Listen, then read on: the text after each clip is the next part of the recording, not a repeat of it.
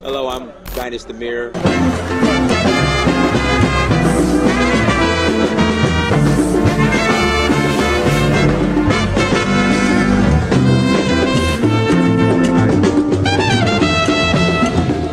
So these are the beaches of Liberia, Monrovia, Liberia. You have to come visit.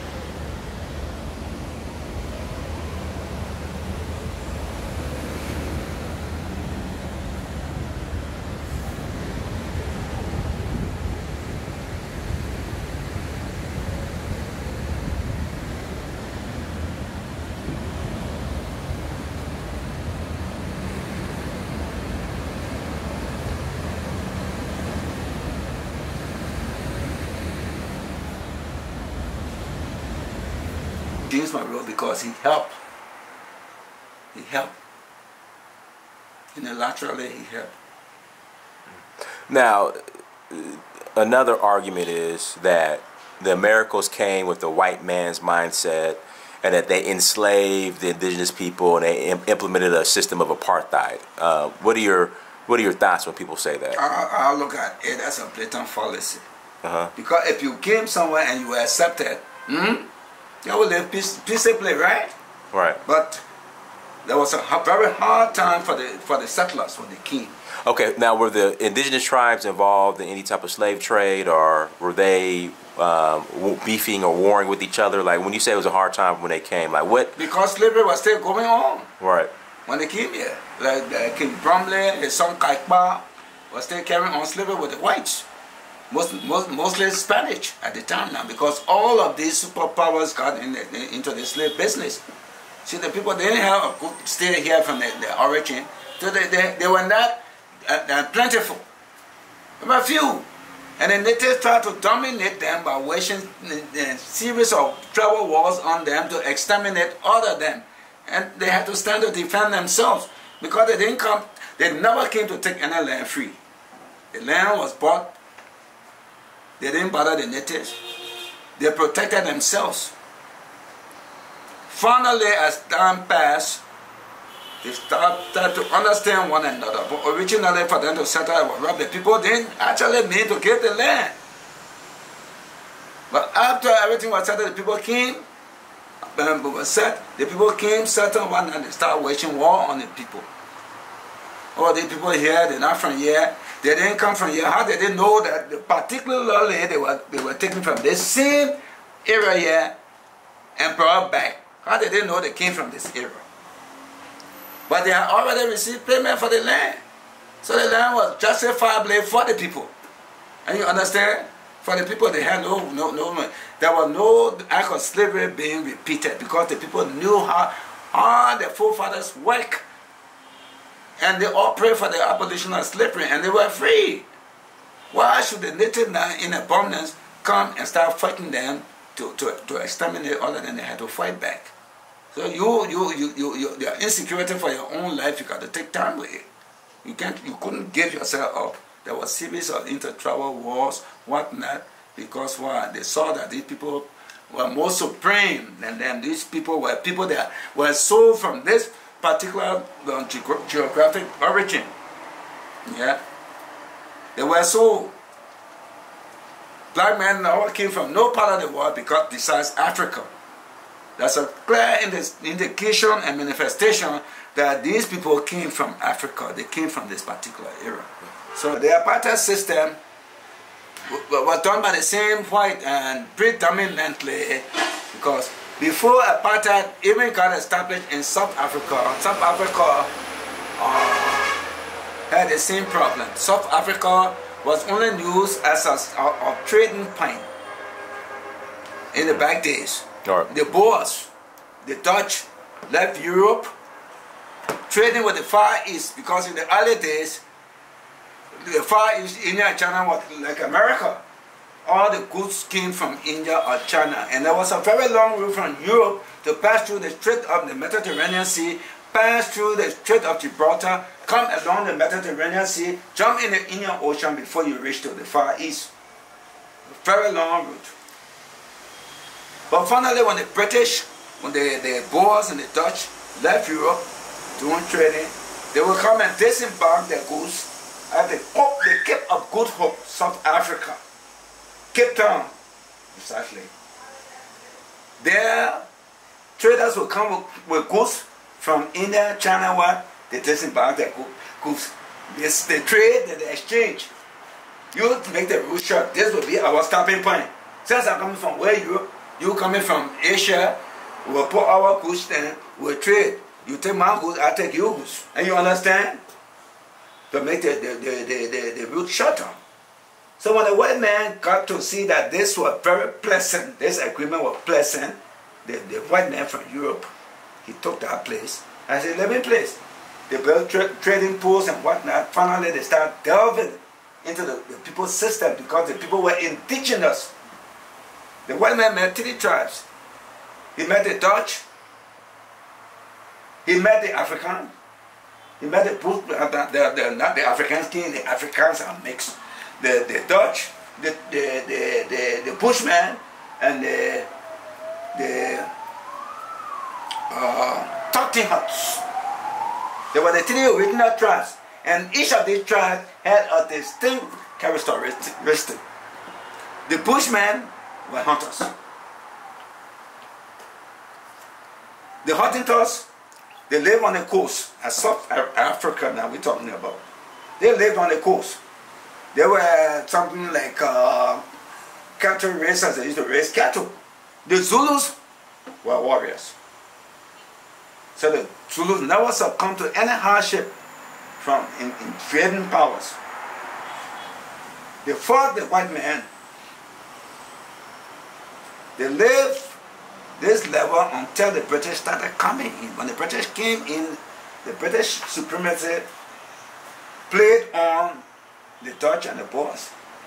And there was a bitter war between the British, the Dutch, and the Boers. So they began to trek. Trek means to leave one other place, to go in search of another place to live. So they took up the interior side, and the British were able to remain on the coastal side.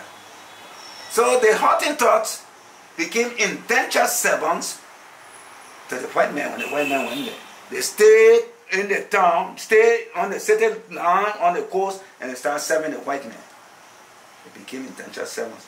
When the white man saw that place, they didn't go there because the place was rich. They had not discovered any gold or whatnot. But finally, they got to know the place. South Africa is rich in many mineral resources. Rich.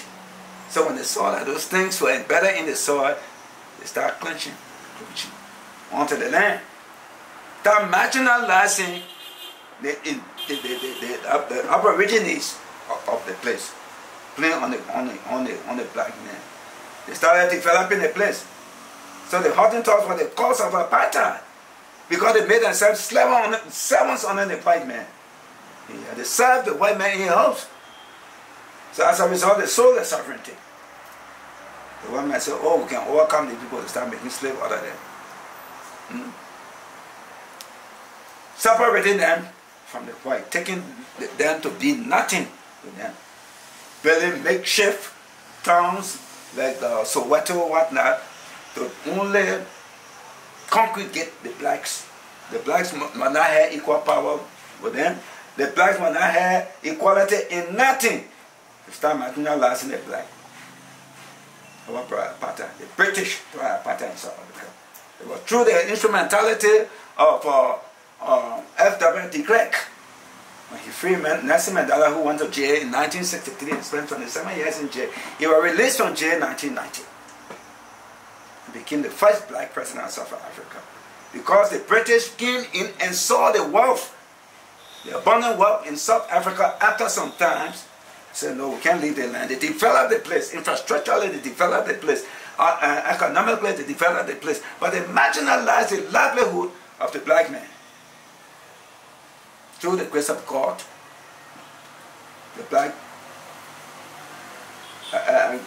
became dominant in 1990 after Nelson Mandela was free from jail.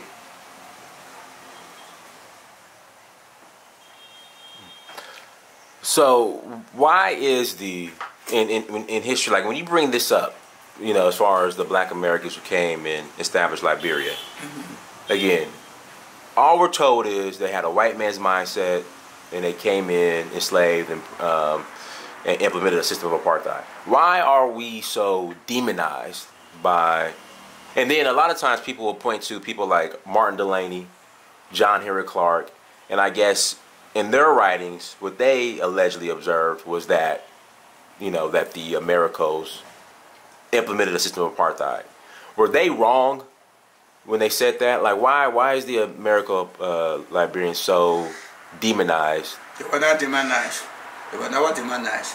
That's a saying, you can take the countryman out of the bush, but you can't take the bush out of him. The people did well. President J.J. Roberts went in the interior part of the hinterland. He brought out the indigenous children and civilized them, educated them. Mm-hmm. But that symptom of supremacy, it was in the minds of the native. All the people, they went out there, they became civilized, so they were scared. They would overrun us, they would do this, so they started waging war on the people. So anything that took place, it came from them. Okay. Stephen Allen Benson, all of them went out there in the interior, they bought lands. They tried to bring in a centralized government, take the indigenous people and bring them. Even my great-grandfather, President Coleman, initiated the interior policy. But it was hard. Some of his compatriots in the national legislature at that time, he became president from 1894 time, 1896 to 1900. You understand? Mm-hmm. But because of the same mindset we're talking about, some of the conquered people of America, Liberians, they were afraid. Yeah. Some of them say, oh, these people, they don't appreciate us living here, so we can't even hear them, have representatives from them in the national legislature. Okay. My grandfather, he got vexed. He sat down. So when you say the whole bag of apple is spoiled, that's some apple they're not spoiled in our bag. And you know that? There's some apple in our bag and not spoiled. We had some in American Liberians who was very selfish, to be frank. But because of the attitude of the indigenous people, non-acceptance for these people who came back, brought Christianity, brought education, brought governance, brought everything down. They were still carrying on. So the people were afraid from that time. And civility is something that you don't have to force.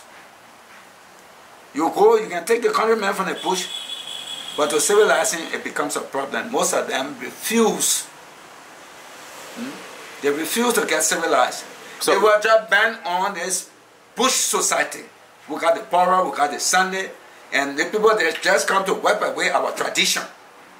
So we would be given a hard time. The people didn't nationalize anybody, they didn't kill anybody, but most of them came due to the indigeneity. Some of them accepted to be trained to line. Majority never accepted it, went back in the interior. But the people never came with the idea of instituting hardship on the people they met here. No. The people came and they sold the land to them. That the people they met here, so that they how they call it, stranger fathers. You will not treat your stranger father bad. Yeah. But they did it to themselves. Reason being, most of them were still catching their brothers and sisters, selling them to the African kings, to sell them to the white man. Mm-hmm. And the people didn't, they know the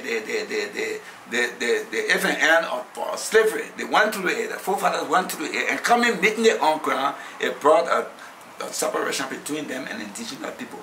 They were still in that system of selling slaves, and the people didn't like it, so there was this understanding. Okay. It didn't mean that the people came and marginalized them, no. Because the argument is, well, the indigenous population couldn't vote until, 1905, I think? The population? The indigenous, they couldn't vote, I guess. Is that... 1904. Right. Well, yeah. Why is that? Well, you see, to set up government, it becomes a problem. And or they weren't considered citizens, I guess, or... No, I mean, they were considered actual citizens during the particular year I'm alluding to now. Okay. They were considered because there was not much understanding. Some of the people were afraid because of the people, most of them had mixed feeling, mixed mind for the people that settled here. So it was very hard to actually bring them. But the law that was put into place by that time brought everybody into the settling of the society. But I didn't agree on that. Because once you came and met people on the ground, you blend with them and you make them part. But they were finally made part of government in 1904. Okay. So the question is, why so long? That's what people are asking. Like, why so long? I myself have asked a question about that. That was due to the understanding, the misunderstanding between them and the indigenous people, the people on the ground, and the settlers that came. But it was finally finalized. After things were finalized, all of them became one. Because at the time, you see, Masado in Lofa County, Liberia was big. So, you want me to look in? Whatever, whatever works for you. What was I answering? You're asking the Civil War broke out. Yeah, 1990. I was 4 years old, and because I was born in the U.S., the American embassy basically came to our house and collected me. Really? Yeah, they were evacuating all their citizens out. So the fact that I was registered with the embassy, they came and and at the time my mom wasn't a citizen, so she had to pack me up and take me out of the country. So I left when I was 4. My dad left with us originally, but he decided to come back because he couldn't let go. He had the dream of being a self-made millionaire by the time he was 40, and he couldn't let go of everything that he had built in Liberia. He felt as though he had to be here to be able to protect it and salvage it to the best of his ability. But so your dad. Okay, so we're gonna go back hundreds of years. Okay. So your family, did they come from the U.S. or where did they? Yes, my mother's side came from they were descendants of freed American slaves. You know what part of America? Yeah, actually, so the first ship came. It was called the Elizabeth, and it came in 1822. So they were on that ship. Yes, my great-great-grandmother was actually born on that ship. That came to Providence. Yes, that came to Providence. She was born on that ship. Her name was Simi Emmons, and her family came from Whitestone, North Carolina. Yeah. Oh wow. Yeah, North Carolina. So why did they come?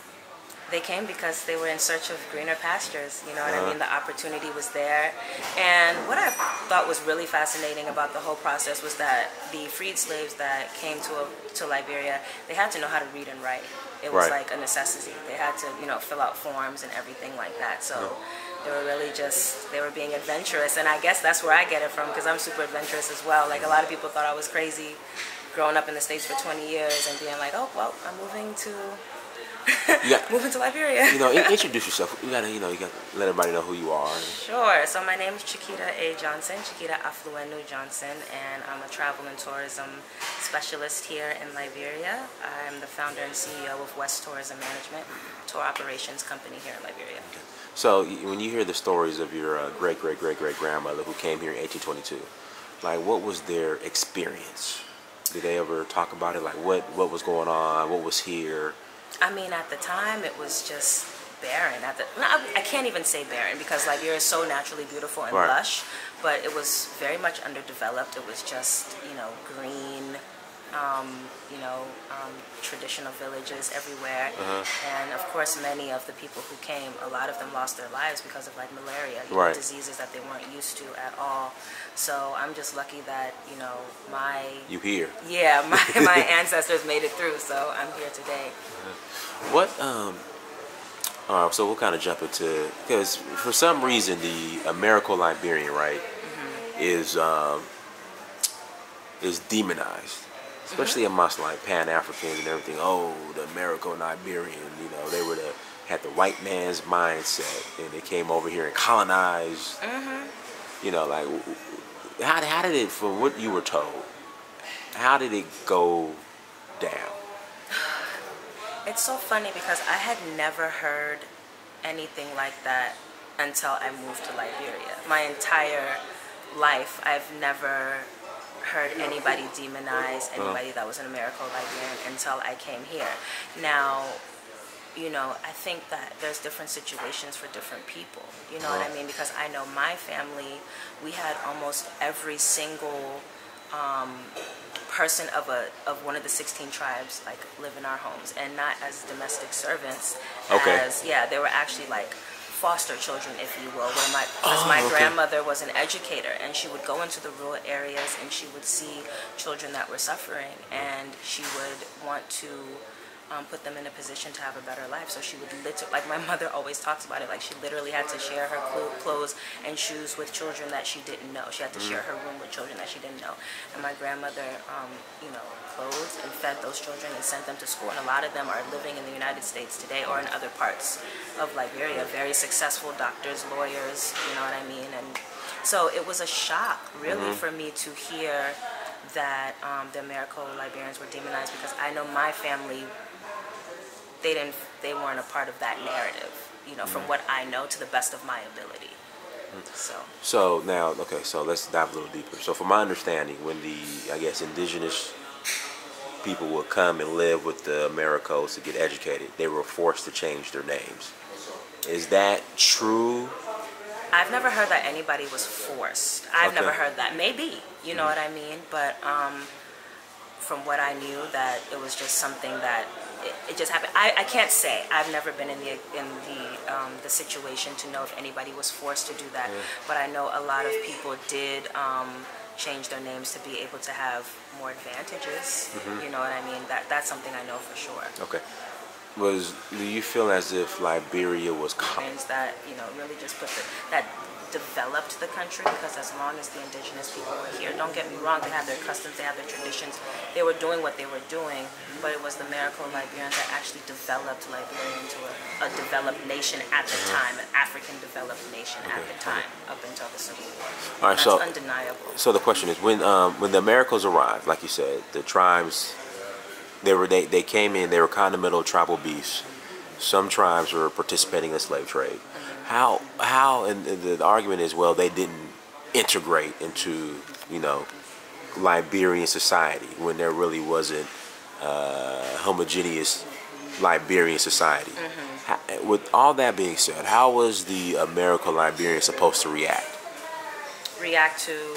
Again, the argument is, let me turn the camera on myself. The argument is when they came, again, they had their English names, they spoke English, they didn't integrate into Liberian society. But when they came here, there were warring tribes, some tribes were even participating in the slave trade. How was the Americans supposed to react facing all that? How were they supposed to? Because you have some people that say that didn't happen. Like, for example, you have people that would argue, even though the slave trade was happening from Mauritania all the way to Angola, they will say, well, right there in Liberia, that wasn't happening. So you have some people that are saying, well, they should integrate into the, Liberian society. Right. But how are they supposed to, when tribal bees, some of the chiefs are already selling out to European leaders? What were they supposed to do? I mean, I think that some people could have made more of an effort to really integrate themselves into the culture, but there were people that did, you know what I mean? Like, there were people that married people of ethnic tribes or indigenous tribes. There were people that spoke, my grandmother spoke Vai and Pele fluently, you know what I mean? So, and she appreciated their culture. She learned how to cook. We all know how to cook Liberian food, like tabagi, cassava leaf, palm butter. Those aren't American foods. Those are Liberian foods, and those are things that we all know how to cook. We all appreciated learning like cultural dance and the customs and the traditions. Now, did they participate in those things? No, because they were of Christian values. So like things going to the Poro Bush and the Sandy Society, American Liberians. Maybe there were some that did, but majority of them didn't. But to me, I don't feel like the nation would have gotten as far as it did if the two people weren't united in some sort of way. I feel like it's a false narrative to really try to make it seem like people were just so segregated and so separated. Right. I think that's a completely false narrative. Okay, so the argument is the Americans came, enslaved the natives. There was set up a system of apartheid. I mean, that's what people say. I know. That's what people say. So I know. what are your thoughts when people say that? Like I said, it's hard for me to speak on a whole because of what I was what I was shown and what I saw with my family welcomed the indigenous people. They worked hand in hand with the indigenous people. They spoke the language. They cooked the food. They connected with them. You know what I mean? Like I said, my great grandmother married a Bassa man. You know what I mean? So to me, it's a very new concept to me, and it's something I'm still learning about because it was something that I was never exposed to. Okay, so what was Liberia before the first coup? Did you ever hear stories like what? Absolutely. The glory of Liberia, like what was before the first coup? It was Little America. That's what everybody called it. It was Little America. People used to come here for education, for healthcare. You know, it was extremely developed. That's what's so interesting when, like my parents, when they go to places like Nigeria and Ghana now, they're in shock because they remember when Liberia was ahead. Exactly. Like my mother always references how people used to come from Ghana to buy sugar and bread. And get educated here too, as far as universities, Right, exactly. So it was wonderful. I mean, there's so many great documentaries on YouTube where you can really see like the glory days of Liberia, a real life developed nation. You know what I mean? And it was a melting pot. You know, then that's why I think that there's the connection between Liberia and America as well. Because, for example, like I'm not just Americo-Liberian. I'm also Sierra Leonean. I'm also Nigerian. I'm Igbo, and I'm Yoruba. Like, you know what I mean? And it's because my ancestors, they weren't having the best lives in the countries that they were in, so they came to Liberia for a better life, for advancement, for work, you know, for education. And this is where a lot of them built their wealth and built their legacies. So what happened after the first coup? Because I mean, it's just like I said, my dad used to come here all the time, and then he pretty much just abandoned shop, I think, when the first Civil War happened. I think he was still coming after the first coup, but when the first Civil War happened, he just abandoned shop. That was 1990. Who was fighting who? That's why I'm confused, because you know the Americans were a small minority. Like, who was fighting who? Do you know? That's what's hard, because I know during the first coup, you know, it was very much the indigenous against the Americo-Liberians. That was clear as day. But then during the second war, that's where like nobody really has the answer, because we were fighting amongst ourselves, but nobody really knows like why we were fighting. So it's like, there's certain things I don't want to say on camera. I'll be frank. You know what I mean? There's certain things I don't want to say on camera, but I don't believe that Liberia instigated the war. I believe that outside forces instigated the war for their own benefit, because everybody knows when the war was going on, people were raping our natural resources. Right. So I mean, it was an opportunity to rape. I would say the first coup, outside forces were involved. I would take it that far. Sure. And they kept it going. Right. They kept it going. What do you think it's going to take to restore Liberia back to its greatness? I think it's important for Liberians to learn their history. I think that's what it is. Like, we really don't know where we come from. Like, a lot of the things that we hear is hearsay. Like, that's just really it. Like, I have a completely different view on Americo-Liberians than the next person does. So it's like, what's the real story? And even if I'm trying to get the real story. Right. Like, even if we do understand what this real story is, it's time to forgive and move on. Okay. It's time to start anew. You know what I mean? It's time to really just establish what this new Liberia is going to be. What's our vision? You know, what's our collective culture? Who are we as Liberians? You know what I mean? Because it's difficult to answer that question now. I feel like you could back then, but now you can. So I think that there's a time we need to heal as a nation. Like, I do feel as though, and I've always said this, I do feel as though that there needs to be a public apology made on both sides. You know what I mean? I feel as though the descendants of the Americo-Liberians need to apologize to the indigenous and vice versa. You know what I mean? Like, let's heal and let's move past it. And let's build it. Now, what brought you back to Liberia? I know people probably thought you was crazy for coming back. Yeah. For sure.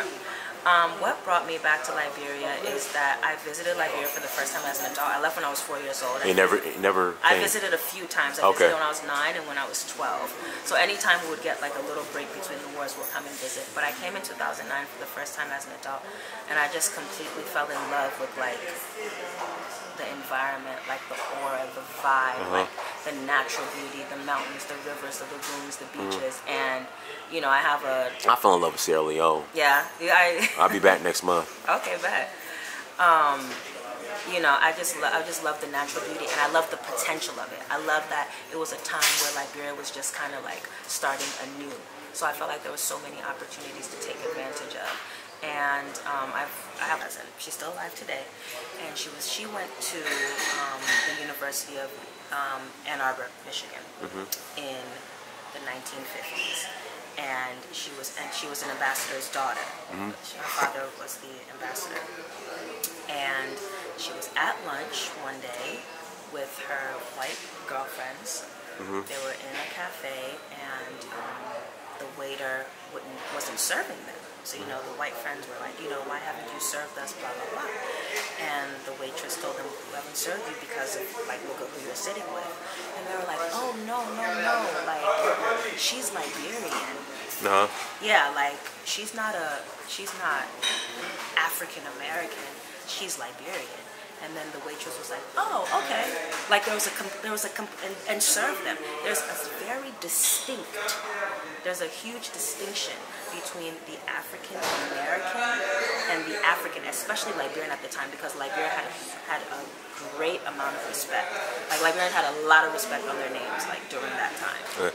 But you were saying something before that, as far as like the 50s and 60s, like how just that happened in the 50s and then the 60s, and then as far as just the respect. So when did this hatred for American Liberians start? That's the question. Hatred by who? Who was hated? People, you don't understand. Like when you bring this Liberia thing up and the Black Americans who came here, it's like these were the worst people ever. So I'm trying to figure out, when did this start? I've never heard that before. If the American Liberian was love, when did this hatred start? And then again, and if I'm around Pan-African circles and I bring up American Liberians, it's immediately the worst people ever. I've never heard that. I've never heard that before. I'll be very honest with you. That's news to me.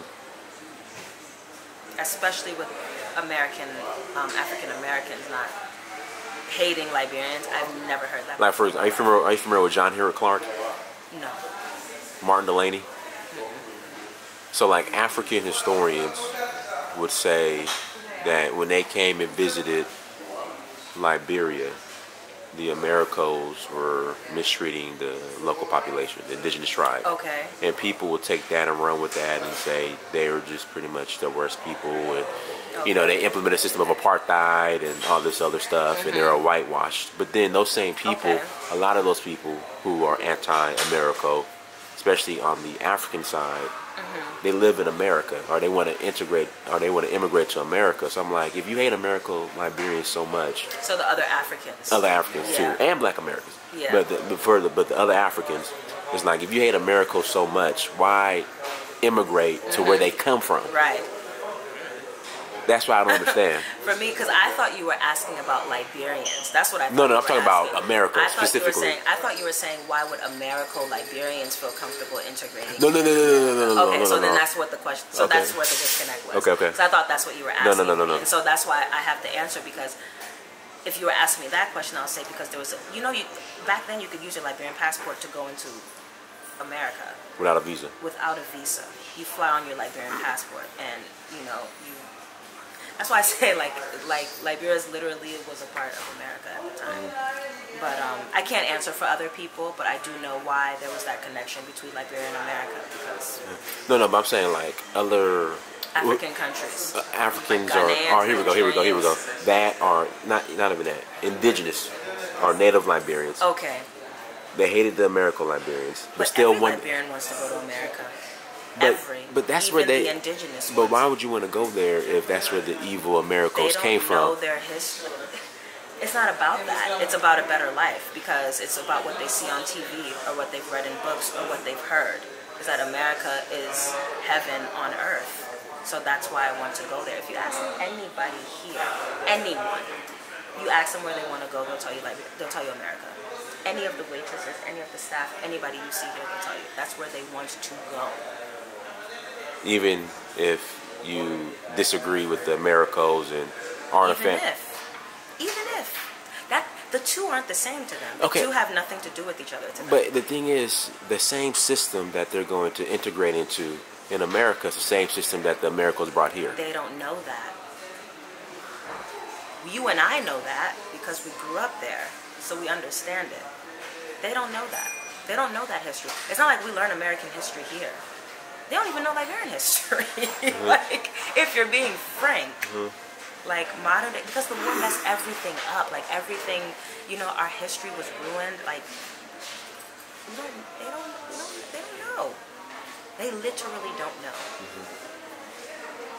How would Liberia be if the war never happened, or if the first coup never happened? Where would Liberia be? And then I asked the question about, you know, again, here, Cote d'Ivoire, and somewhat Sierra Leone, there's a very strong Syrian Lebanese presence. How was that prior to the first coup here in Liberia? Prior to the first coup, there was still a large Lebanese presence here, a large Syrian presence, but they weren't the wealthy. They were the ones that were coming and looking for like a better life. Like they were looking for opportunities here. So who controlled the economy before the first coup? Liberians. Point blank, period. Liberians. Everything was Liberian owned. Then what happened? So what happened? What happened now? Well, yeah. Why isn't this? Because I've never seen, as far as all the countries I've been to outside of South Africa and Cape Town, I've never, and maybe Tanzania with Indians, I've never seen this much in Liberia, this much non-black owned. Because even like the little shops. Yeah. Because usually, like you go places, okay, maybe the Lebanese and the Indians own the major industries, hotels, or whatever, and at least the little shops are owned by the local population. Right. Here, even the little shops are owned by and you want to know Lebanese. why that is? Yes. Because they have the money, and they're united.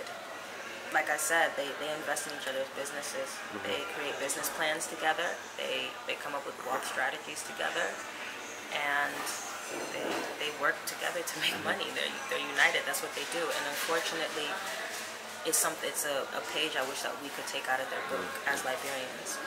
We don't have that same mindset. So what were since you're part Bassa, what was the indigenous population? What were their expectations post first coup? Like, what were they? That's hard for me to answer. I don't know. Okay. Yeah. Because if things were so good before. Before when now? Before the first coup. I'm trying to figure out what were they expecting after the coup. Like. I think that they were expecting to run the country the way they wanted to run it. Okay. That's, I felt like they thought that they could do a better job. So. Okay.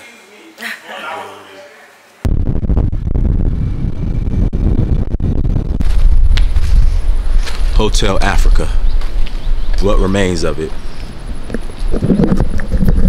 Now, like the Dulcor Hotel, this also was a 5-star hotel as well, until it was destroyed during the Civil War.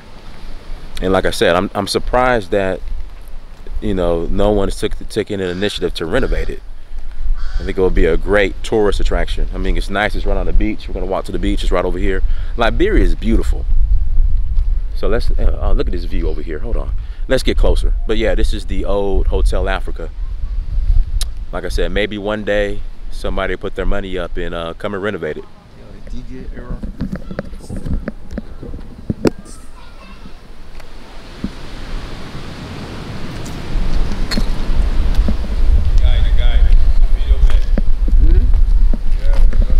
Before that, we used to go much further through Firestone to get to the airport.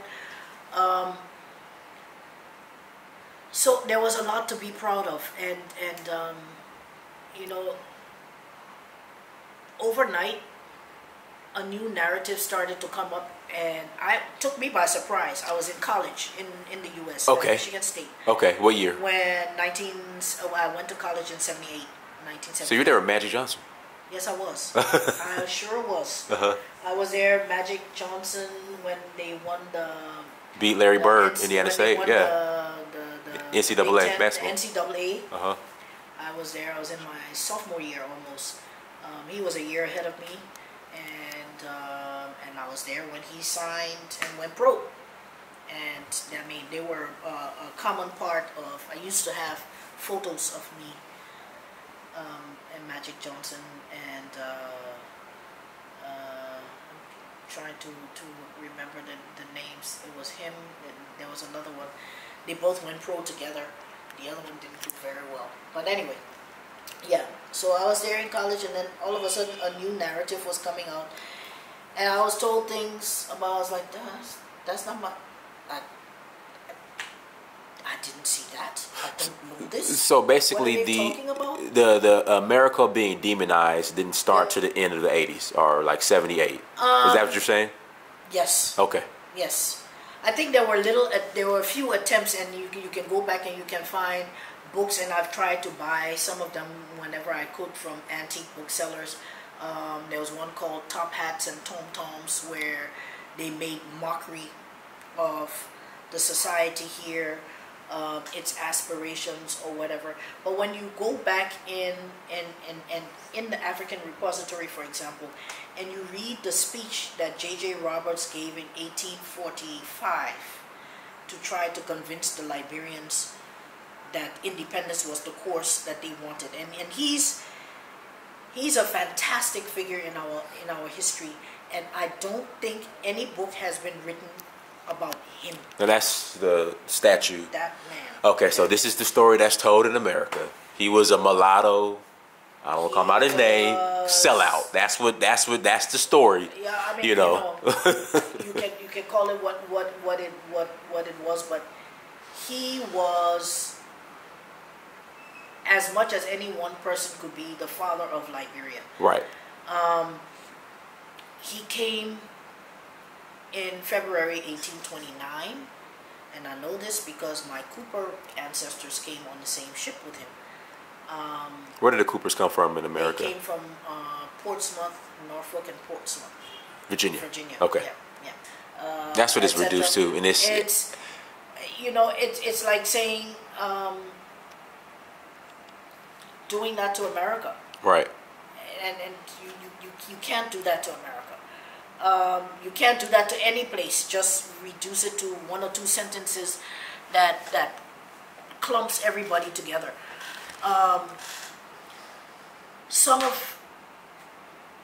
I grew up in a more privileged household here in Liberia. Like I said, this house, this is not, don't claim to be the poorest of the poor, but I have many of my relatives that did not have this, and they come from settler backgrounds too. So they're tarred by the same brush as, oh, you all came with, you had all the privilege and you had all the power. Right. They didn't. Okay, so the other broad brushes, the settlers came and enslaved and implemented a system of apartheid. That's the other misinformation. Yes. They came and they enslaved. The settlers came, and almost every war that was fought here between the settlers and the indigenous people, every war that was fought up until, let's say, 1900, every war that was fought here was either a defensive war on the part of the settlers, that is to say they were attacked, or they were fighting to free slaves who were being sold. So I have a good friend, Larry. I have a good friend, Professor Larry Davis. You'll love him. He knows the history of Black Americans and their contribution to the planet. He said that the Sierra Leoneans and Americo-Libyans were the original abolitionists in Africa. Yeah. So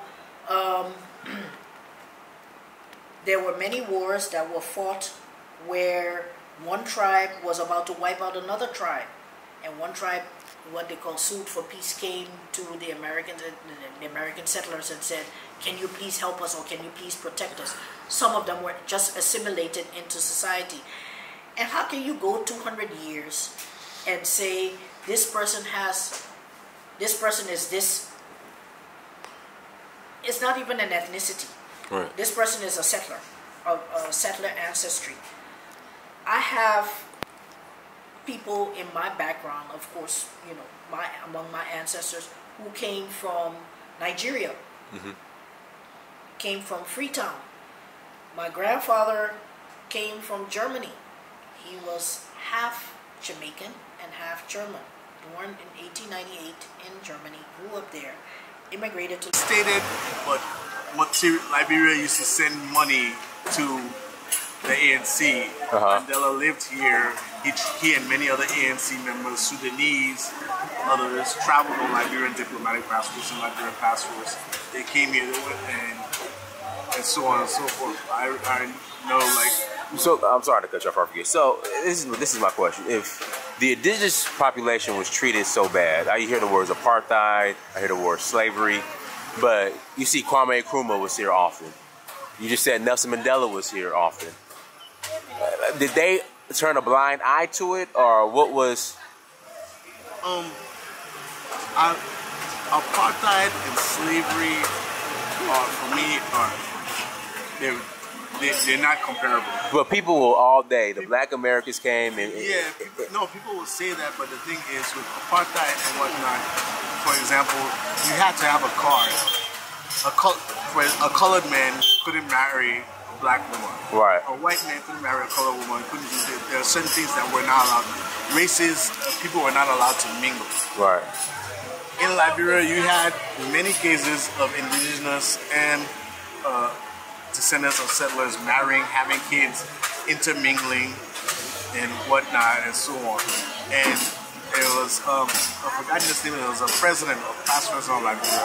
I think Stephen Allen Benson, if I remember correctly. There was a conflict between settlers and natives in Basso. Okay. And his family's people were killed.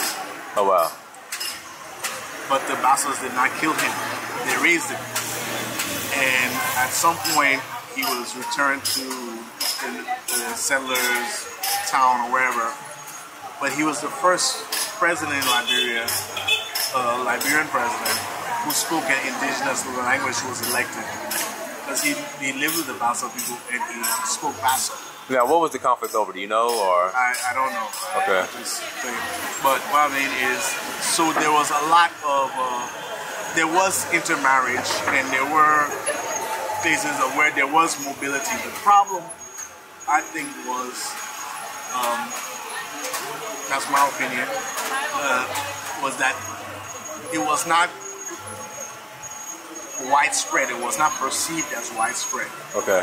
And it was also seen as that people of native descent did not have means to ascend or to progress or to get promoted or to, let's say, move up the social hierarchy as quickly, or they had to jump through hoops, you might say, or they had to meet a certain standard that they didn't feel that they had to meet, or that wasn't felt that. So that was, I think, those were some of the root causes. Then there was just plain prejudice on the part of some American Liberians, wherein they would like tell natives that you weren't good enough, they would put them down and whatnot. Like I said, I personally classify as political expediency, as people trying to dominate others, but I won't justify it and whatnot. But I don't think it was as bad as apartheid. It was not slavery.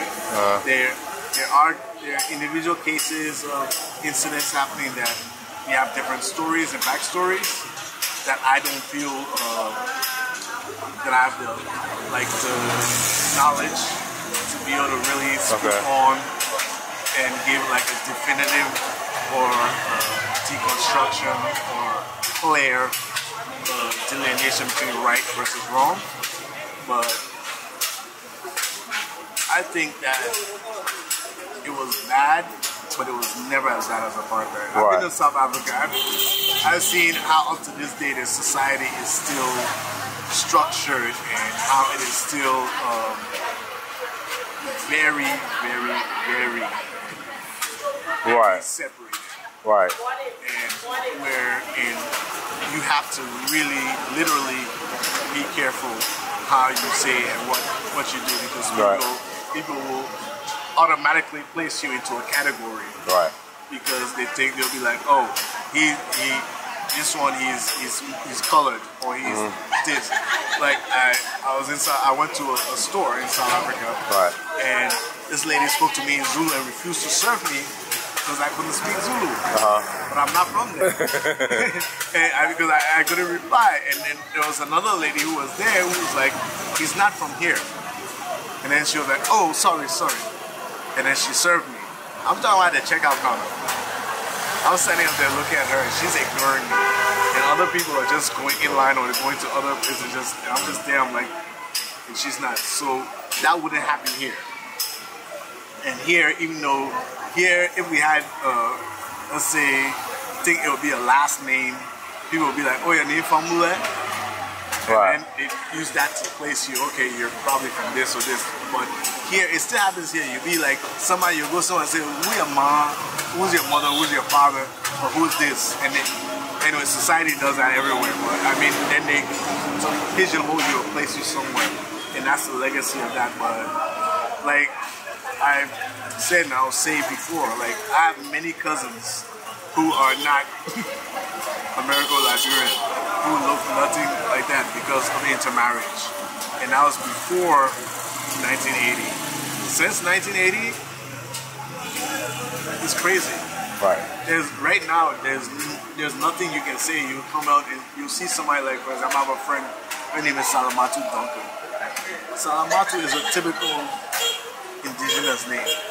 Duncan is her father's name, but she's of mixed heritage. How would you classify her? Right. We had people in Tubman's government, other governments who are of the same thing. It took a little longer, maybe than it should have, but it's there. And right now, where we are in modern Liberia, this Liberia after the war, after all of this destruction, after all of this, I think we're in a post, I don't know the correct term, but let's say a post-discrimination state, where even though that is there a very much awareness of it, but I think it's a legacy of the past, like the older generation who really experienced it and lived it. We don't get as much. Okay. Yeah. Now, the coup of 1980, what was the objective of that coup? The objective, publicly, it was stated that corruption and discrimination, I think, were the two most touted reasons for the coup. I think it was exercise in power. Okay. I think, like I said, we're a victim of the Cold War. Right. And we also... Okay, you think outside forces? Outside forces definitely. Yeah, absolutely. I agree too. Yeah. I thought it was just odd after the coup, Doe goes to the White House, is buddy with Ronald Reagan. And I'm like, yeah. Yeah, but then also the other thing is that you had, at that point, there was a new generation coming of leaders. No. And you had a lot of leaders of mixed heritage and of indigenous heritage who had gone outside on government scholarships, who had left the bubble that is Liberia. And they intermingled, they'd had interactions, intellectual interactions outside, and they were like, okay, a lot of them were like, no, what's going on at home is not right. Okay, we understand that this is that, but we need to be a more inclusive, more integrated society. We need to break down any barriers. Right. And I think Talbot also recognized that. And he was trying in his own way to break down those barriers. But now, wasn't his vice president indigenous? Or he was mixed, I think. He's mixed? But, yeah. Okay. But that, for me, is because Liberian vice presidents are very, they're symbols. But what it comes down to is that at that point, the powers that be, there was a vulnerability that Talbot had because he was fighting the establishment. Right. Which is always true. The establishment doesn't want change, and he wanted change. And then we also had these young guns, these young political persons, a lot of who are now leaders, political leaders today, or just exiting the stage, like former President Ellen Johnson Sirleaf. She was a young up-and-comer at that time. Yeah, they spared her life, though, I guess. Yeah, but I'm saying there were many of those people who have been like in the forefront of Liberian politics from 1980 up to the last 2-3 years. Right. You can see now because of age, a lot of them are transiting out. And what we're seeing is that they felt that things weren't going fast enough, and they wanted also to be in positions of responsibility. So they were therefore right to facilitate and assist. Well, third party, yeah. The third party. Outside party, yeah. Outside party, but also the PRC, the military who actually effected the coup. Because the thing is, after they killed Talbot and arrested everybody else, what next? And that's my next question. So after the coup, how has Liberia been? Like, because I'm trying to figure out what was the objective. Like, so outside of power and ego, like, what was the end game for Doe and the people who took over? Like, what goals did they have for Liberia post coup? One thing I would say, I will not, with the PRC, for the most part, a lot of them, I think, were naive. Right. And they were also, to some extent, kind of idealistic.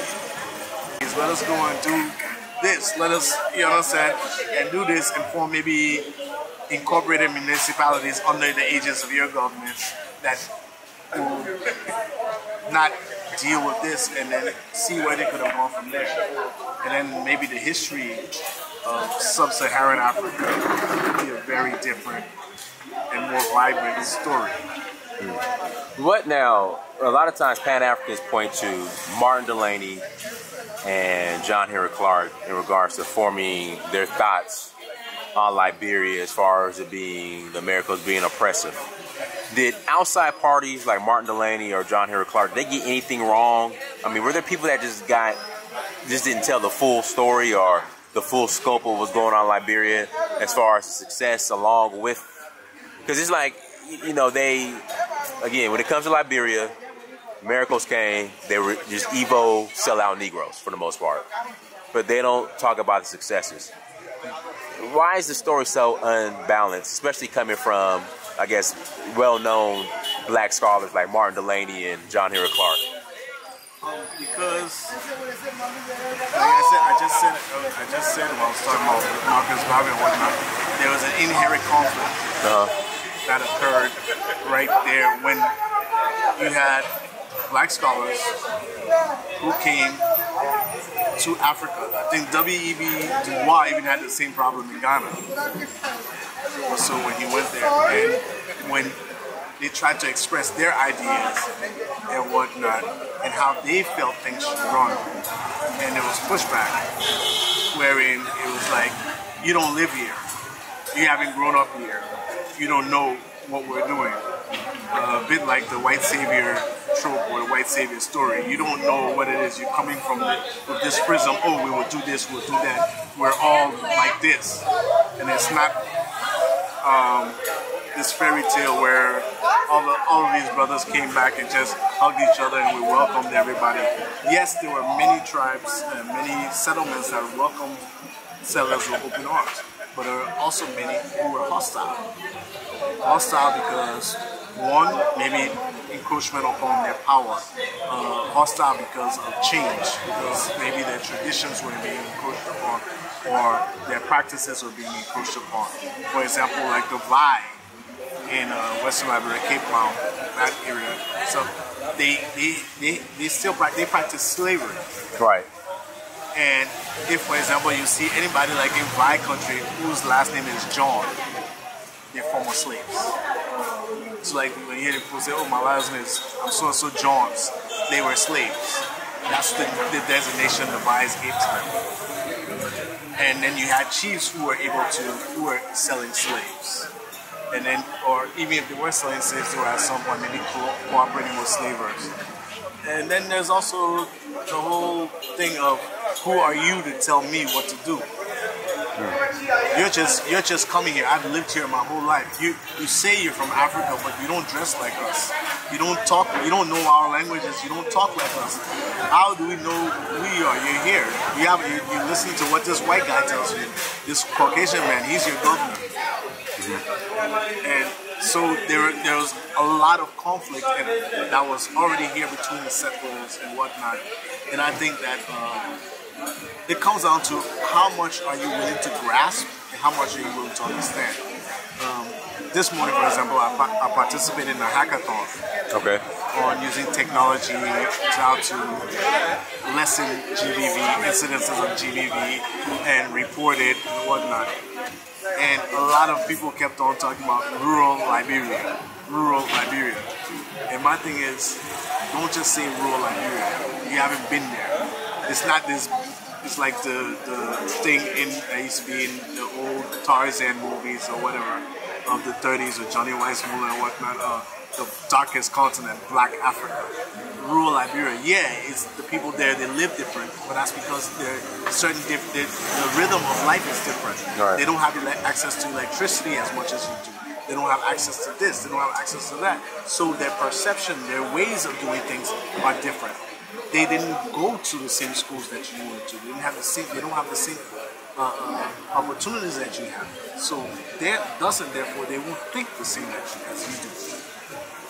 We have to understand that, and once we understand that, we can open our minds and open our hearts to understanding in a more holistic manner how they live and how they arrive at their decisions. Once we come to that, then we can say, oh, okay, this is what's happening. Okay, then why don't we work towards this and work on this, and then we can move forward together. I think that was when those scholars came. And they interacted with Liberians, Sierra Leone's, who were of the elite, the governing class, the political class at that time. And they interacted with them in Monrovia, where they were the big dogs, the elite aristocrats maybe. They just came, oh, these guys are like this. How did these guys get like this? Yeah, of course, excuse my language, they're always assholes and snobs. Right. So they came in contact with the assholes and snobs, probably. But they're never the majority. Exactly. They're always a minority. So, and sometimes shit does rise to the top. Sometimes, excuse my language. No, that's good. You good. But I think a more lengthy engagement outside of Monrovia and outside of those who are considered the movers and shakers might have right, so they came to Monrovia, came in contact with the bourgeoisie and said, let me get the hell out of here. I got you. Okay. Okay, and then they painted all of Liberia or all the Black Americans as bourgeois. I got you. Okay, so that's what happened. Okay. Yeah, that's for me, because the other thing is you also have to understand a lot of the guys who came here or who live here, especially I think the second generation who here were zealots. What's that? They were like very zealous and they were fanatics. Right, got you. Okay. And like, okay, our parents came from slavery. We have to do this. We have to survive. We have to maintain this, and by any means necessary, they're a bit like the Israelite in present day Israel. Okay. They're a bit like present day Israel, and I think that's a very clear comparison that we can make.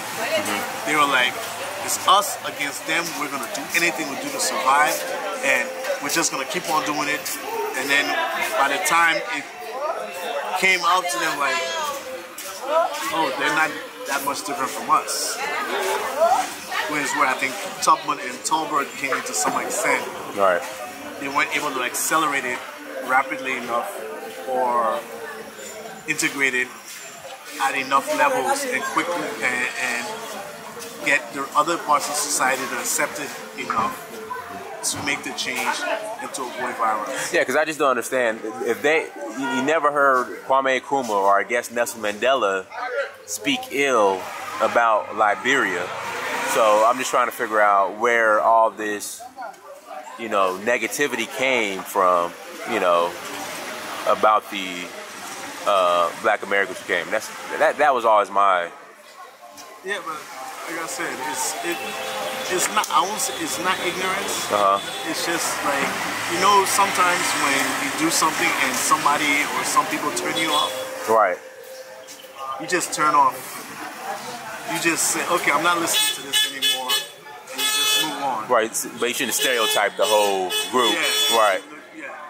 And so I think that is what occurred. I think that's basically what occurred here, unfortunately for Liberia, and for the story that is here that is actually, if told in context, will acknowledge the wrongs, but will also acknowledge the great strides, and which will also show that, yes, we are capable as a people of doing this if we persevere, if we push and do it. And these were the mistakes that were made, but we have to learn from these mistakes, and once we learn from these mistakes, we can come forth stronger, more united.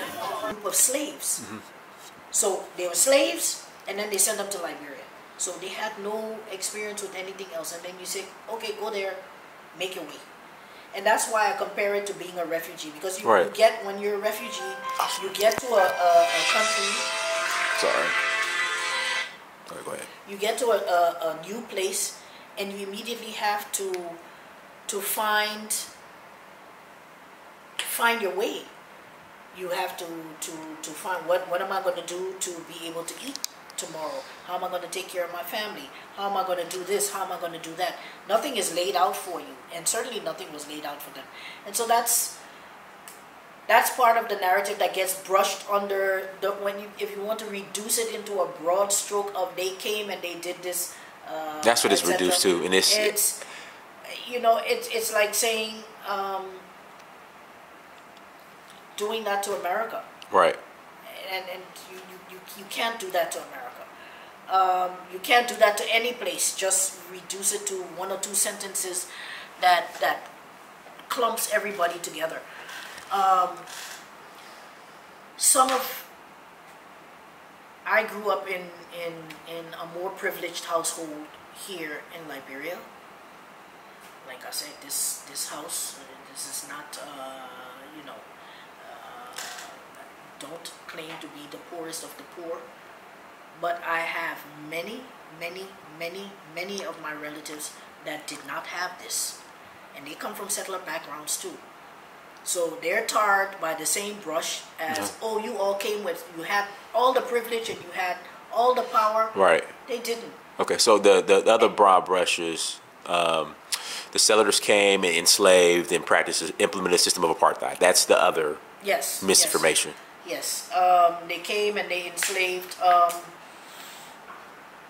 The settlers came, and almost every war that was fought here between the settlers and the indigenous people, every war that was fought up until, let's say, 1900, every war that was fought here was either a defensive war on the part of the settlers, that is to say they were attacked, or they were fighting to free slaves who were being sold. So I have a good friend, Larry. I have a good friend, Professor Larry Davis. You'll love him. He knows the history of Black Americans and their contribution to the planet. He said that the Sierra Leoneans and Americo-Libyans were the original abolitionists in Africa. Yeah. So there were many wars that were fought where one tribe was about to wipe out another tribe, and one tribe, what they call sued for peace, came to the American settlers and said, can you please help us, or can you please protect us? Some of them were just assimilated into society. And how can you go 200 years and say this person is this? It's not even an ethnicity. Right. This person is a settler, a settler ancestry. I have people in my background, of course, you know, among my ancestors who came from Nigeria, came from Freetown. My grandfather came from Germany. He was half Jamaican and half German, born in 1898 in Germany, grew up there, immigrated to quite hurly-burly all the time, despite the fact that we had the same ruling party for almost 100 years. Yeah, for 100 years, 102 years, I think, from 1878 to 1980. They say, oh, Liberia was a one-party state. Liberia was never a one-party state. We had multiple parties, but one party dominated. It's like saying America is a two-party country. Well, effectively, we only know of Republicans and Democrats, but there are also independents. There, you know, other different people run differently. You go to Europe, there's not one party. That's you have whatever. Anyway, so yeah, the narrative surprised me. I woke up one day and I was told, oh, you people were owning slaves. Right. I never saw that. So I was like, okay, where? I read the book by this guy called Richard Krasinski. I've forgotten the name of the book. He was some sort of journalist. He came through here in the 70s, and he wrote a book about Liberia. And he said that in the 70s, people who begged in the street were shot in the head by the government forces. I was like, is he talking about Liberia? Because we never shot where? We didn't even know about people being shot. There was no such thing at all. In fact, I was shocked. My first thought when I heard about the coup d'etat by the military people was, we thought their guns didn't have bullets. We never knew them to be, you know, a force for that kind of thing.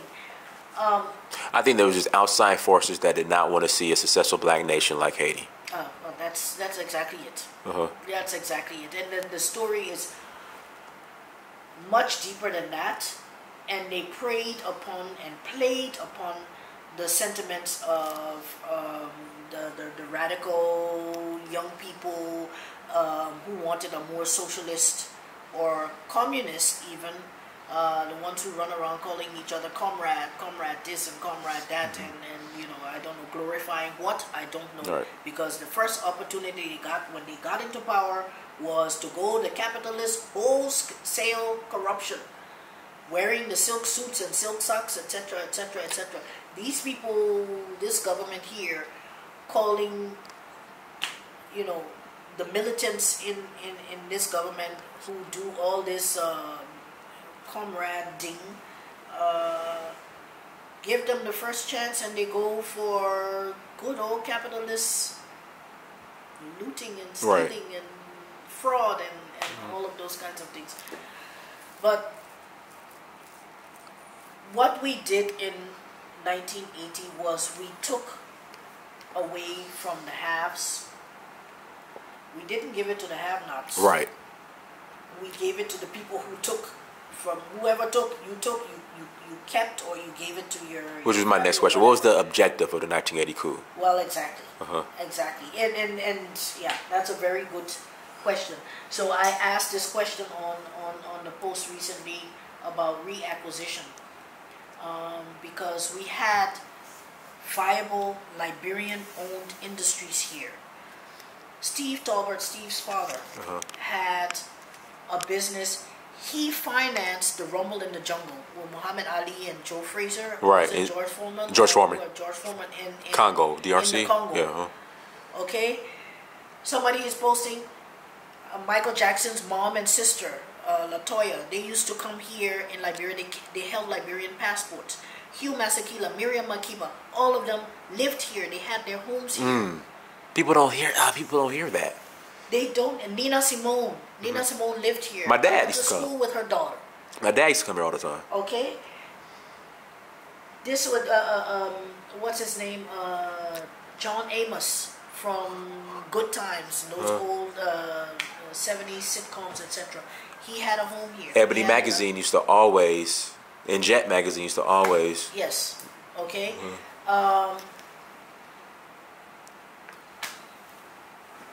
They just gave us the matches and said, okay, here, blow it up, and we did, and we're in a lot of pain now because the authors of that coup d'etat refuse to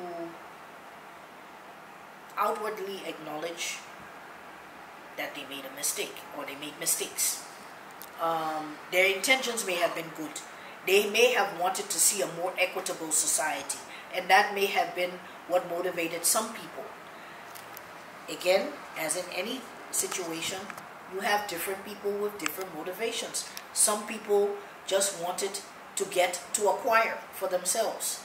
Some people just wanted, revenge. Right. That also played. But in the end, what they did was acquiring all these viable industries.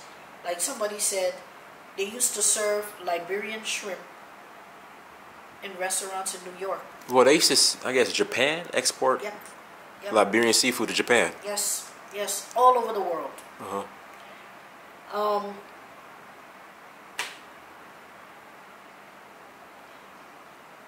I have no small measure of pride when I see Liberian rice served in a restaurant. Well, there's one restaurant that's giving us the props, that's giving us the credit, in New York at the Africa Center, one restaurant in London, and it's starting to make a name for this Liberian rice that we grow and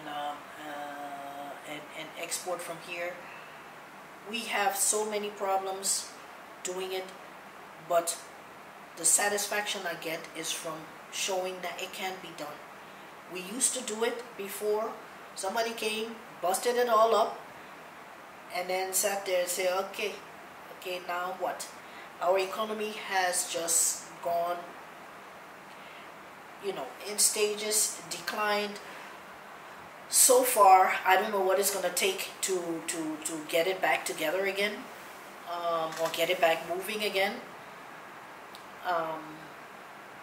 I'm not so much interested in the political dynamics,